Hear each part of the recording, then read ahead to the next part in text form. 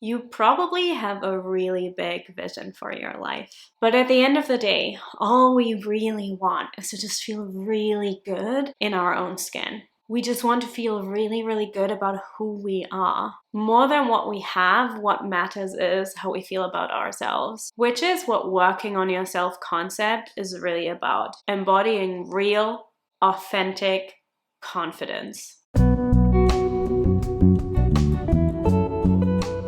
Hello my loves, welcome back to my channel, or welcome if you're new here. My name is Lorena. I'm a somatic self-concept and identity coach, and I help you to bridge the gap between who you currently are or see yourself as and who you desire to be or become. In today's video, we're going to talk about all things confidence, because it's actually a really big part of working on your self-concept. It's one of the things that my clients in Recreate Yourself always say about how they feel at the end. They feel so much more empowered, they feel so much more confident, so much more happy about who they are and the life they live once they have finished the program. Because when you're in this state of confidence, you get the belief that truly anything is possible for you. And that comes without you having to convince yourself. This is when my clients start seeing their worth, when they just feel worthy. It's just a sense of embodied wholeness without having to tell themselves anything. They start feeling amazing about who they are.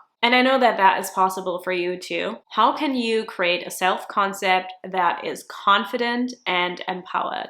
So when I say self-concept, I'm referring primarily to how you see and perceive yourself. So you can obviously tell that confidence and your attitude to yourself is just a really big part of that. And I want to give you 6 keys to building your most confident self-concept and becoming the best version of yourself, becoming the version of yourself that you want to be. The first key is quit the bypassing. Often we try to push ourselves to be confident when that's not actually how we're feeling. So that may look like you're trying to trick yourself by saying affirmations in the mirror or by reassuring yourself constantly. And whilst that's not wrong, that's not a bad thing to do. If there's parts of your psyche, parts of your subconscious that don't actually feel that way and that feel in resistance to that, it's going to be really hard for you to fully embody that state. And it's going to be a constant battle. So forget about all the bypassing. Forget about trying to make yourself believe something. What is actually projecting out into your reality is your shadow, your subconscious beliefs, all the things that you are not actually dealing with. So this can look like bypassing emotions, right? Maybe you're feeling something sticky. Maybe you're feeling like a sense of lack of self-worth, or you feel fear or anxiety, or you feel shame. Shame is very often associated with lack of confidence, because lack of confidence is insecurity, and insecurity about who we are and the feeling that you may not be good enough or there's things to improve or fix about yourself, that often comes with or is associated with shame. Aside from bypassing emotions, not feeling the emotion or just not fully processing the emotion, right? Because there's a real difference between sitting with it, which I do not recommend because it keeps you very much in the mental realm and you're not actually processing or integrating the emotional charge that is truly at the core. There's a difference between that and actually fully processing it. It can also be forcing thoughts. I've already spoken about this, right? It can be trying to make yourself think something. We don't actually control our thoughts. To an extent, we can change our perception on things, we can change our attitude on things, we can catch our thoughts, and we can consciously choose to focus on something else, but you don't actually control your thoughts. You're thinking all the time, the mind just does what it does, and you can master it to an extent, but that doesn't just happen through laying beliefs or thoughts on top of what's already happening. That just creates a lot of resistance. And also a very common one in spiritual communities is spiritual bypassing. So that is completely denying the external reality, completely denying what you're taking in or what you're feeling as well. And it can essentially be gaslighting yourself through spiritual concepts. The thing with these 3 ways of how you may be bypassing things, it feels inauthentic. You can't feel confident if you're actually lying to yourself. Confidence comes from authenticity. It doesn't come from pretending. You've probably experienced somebody who is kind of pretending that they are the shit, but actually you can kind of tell from their energy, and it might be repelling you, it might be feeling very much not magnetic, that they're not. They're not the shit. They are probably feeling pretty insecure. You can kind of tell that even if they're showing up differently or pretending to be different. The most confident you is the version of you that is the most you. Which brings me to the second key, which is all about authenticity. And that is to come back to your most authentic self, your most authentic self-concept. Often changing your self-concept is associated with becoming something or someone else. And whilst it's about becoming a different version of yourself, it's not about becoming someone who you're not. It's actually about peeling off the layers and getting more to the core of who you really are, rather than keeping who you currently are or how you currently see yourself and just trying to embody or become something new. Let's use an analogy here. Imagine you are wanting an outfit change and you want to put on some new clothes because you want to look nicer. If you're still wearing your old clothes, that's not going to look good, even if you're wearing the most beautiful clothes in the world that you put on top. You need to first get naked. You need to first take off the clothes you're wearing and embrace that as it is, embrace you as you are, before you can actually put on some new clothes. It's the only way they look good and feel good on your skin. The version of you that you want to be, who you want to become, that's already inside of you. And that's why you want to be it. Because you can feel your potential, you can feel that it's here. You just need to do the work to bring her to the surface. And you bring her to the surface through really peeling off the layers, getting to the root of your subconscious, integrating the pain from the past, healing the pain from the past. And if you've been here for a while, you might have heard me say this before, that this is the most important part of the process. When I work with my clients in Recreate Yourself, the longest period is about healing and integrating the past and working through the emotions and the emotional charges in your subconscious, in your nervous system, because that is truly where the magic lies. The third key is to take responsibility to truly heal your trauma. When we're attached to an old identity, an old self-concept, when we're attached to old insecurities, to self-doubt, to imposter syndrome maybe, it's often because there's something in our past that made us believe that. It could be in your childhood, it could be in other contexts, but it's only when you build a sense of self at some point in your life, early on in childhood, and when that sense of self is shaken through a maybe traumatic experience or a painful experience, that these insecurities start to front and that the confidence starts to diminish. Babies don't care.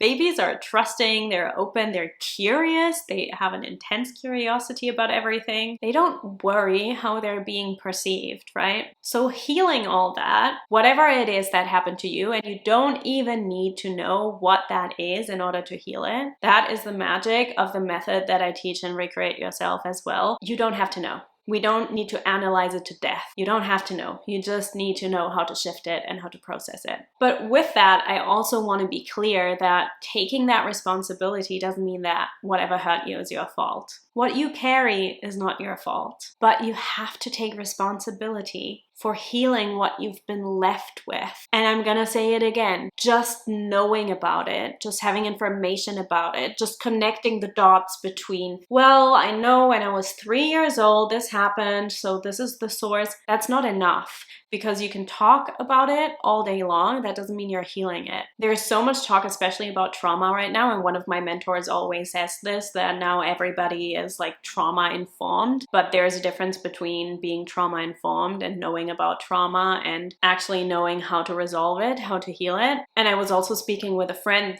just a couple weeks ago who told me about some people in her life that were coming to her with their problems, primarily in their relationships, and they were constantly getting caught up in unhealthy relationship dynamics and unhealthy patterns. And my friend was like, These people have been in therapy for like 10 years and they're still repeating the same patterns. I hear this a lot. I get a lot of people in Recreate Yourself actually who either have been in therapy or who are currently in therapy. It's actually very much complementary to have therapy whilst you are doing Recreate Yourself. But I hear frequently that the transformation that they experience in the program is completely different from what they've been able to get to in traditional talk therapy. I'm not against therapy. I think it's awesome, as I said, but it has its limitations. And that is often because you gain so much awareness, but where people tend to struggle, and let me know if this is you, is how to apply that awareness, how to actually make the changes in your subconscious, how to actually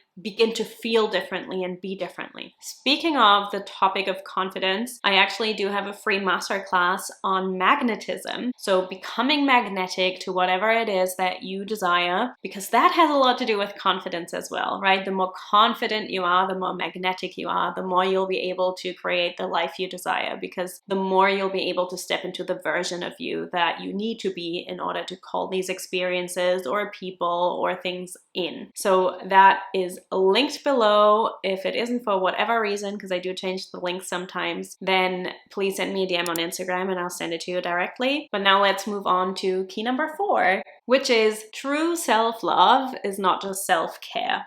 And I think we all know this by now.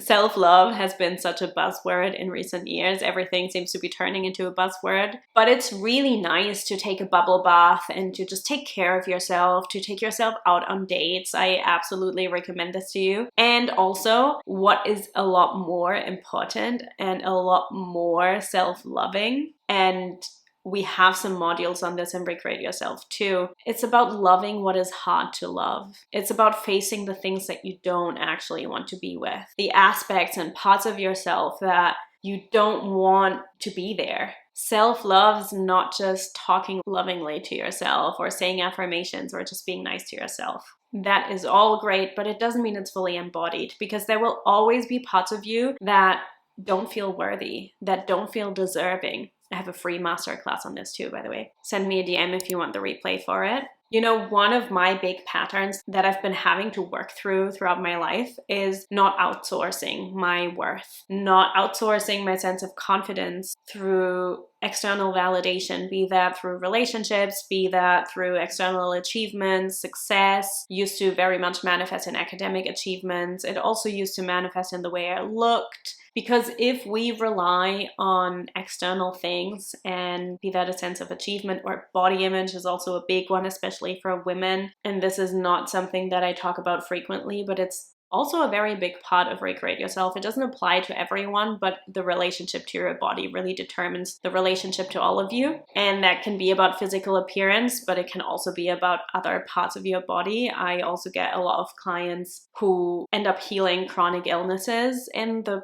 container, in the program, and that's often not even the intention, but it comes through the changed relationship with their body. I'm going to link above my head a conversation that I had with one of the guest teachers in Recreate Yourself. Actually, she's a pleasure and empowerment coach.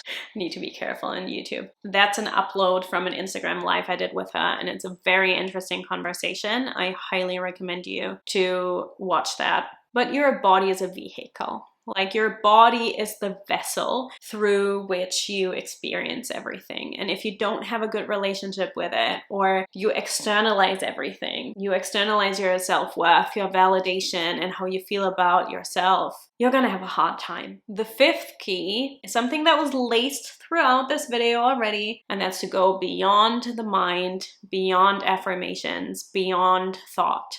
Things change very rapidly when you work on changing your state of being, first and foremost. When you truly change your self-concept, you don't have to use conscious thought or even subconscious strategies or techniques like hypnosis or listening to affirmations at night. That's all. I have nothing against that, by the way, but that's only a support tool. You don't have to do any of these things, really. You can only do if you enjoy them, if the reprogramming happens on a much deeper level. And I'll never forget, actually, one of my clients who finished Recreate Yourself, I believe it was early this year or maybe end of last year. She said to me towards the end of the container, now I feel the shift because I don't have to tell myself that I am worthy anymore. She told me she used to stand in front of the mirror and say, I am worthy, I am worthy, I am worthy. And by the end of the program, she did not have to do that anymore because the self-worth, the confidence was fully embodied. And this is the key. Embodiment. It's about who you're becoming. It's not about what you're thinking.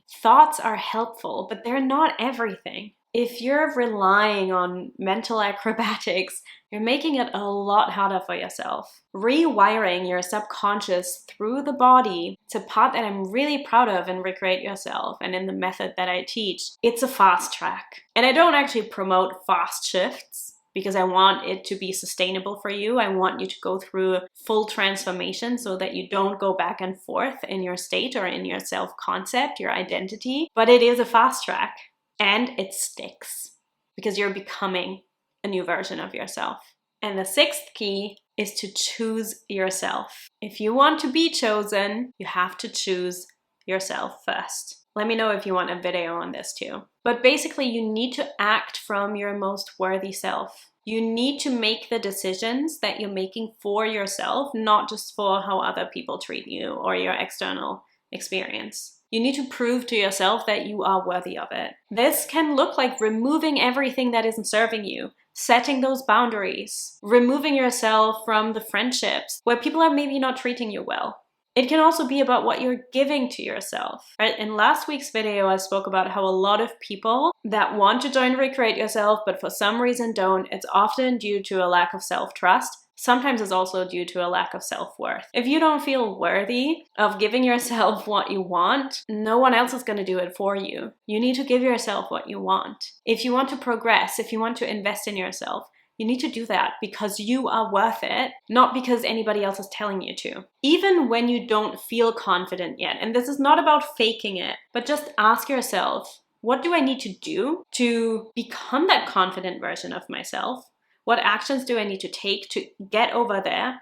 And also, what would she do? If I were to look back in hindsight, what would she have told me to do in order to fully embody my worth? Maybe answer that question for me in the comments. What is something that you can do, an action that you can take, or a habit that you can implement to fully embody your worth and your confidence and your magnetism? And in next week's video, we are going to talk about the real purpose of changing your self-concept, because it is not a means to an end. I touched on this in the intro of this video, but we're gonna do a deep dive next week. Why self-concept work is the most important thing that you will ever do in your life, and how you can have the right attitude and intention towards it. Check out the free masterclass that I've linked below. If you want to dive deeper and you fully want to transform your self-concept, you can also reach out to me and we can chat about whether Recreate Yourself is a fit for you. I'll see you then.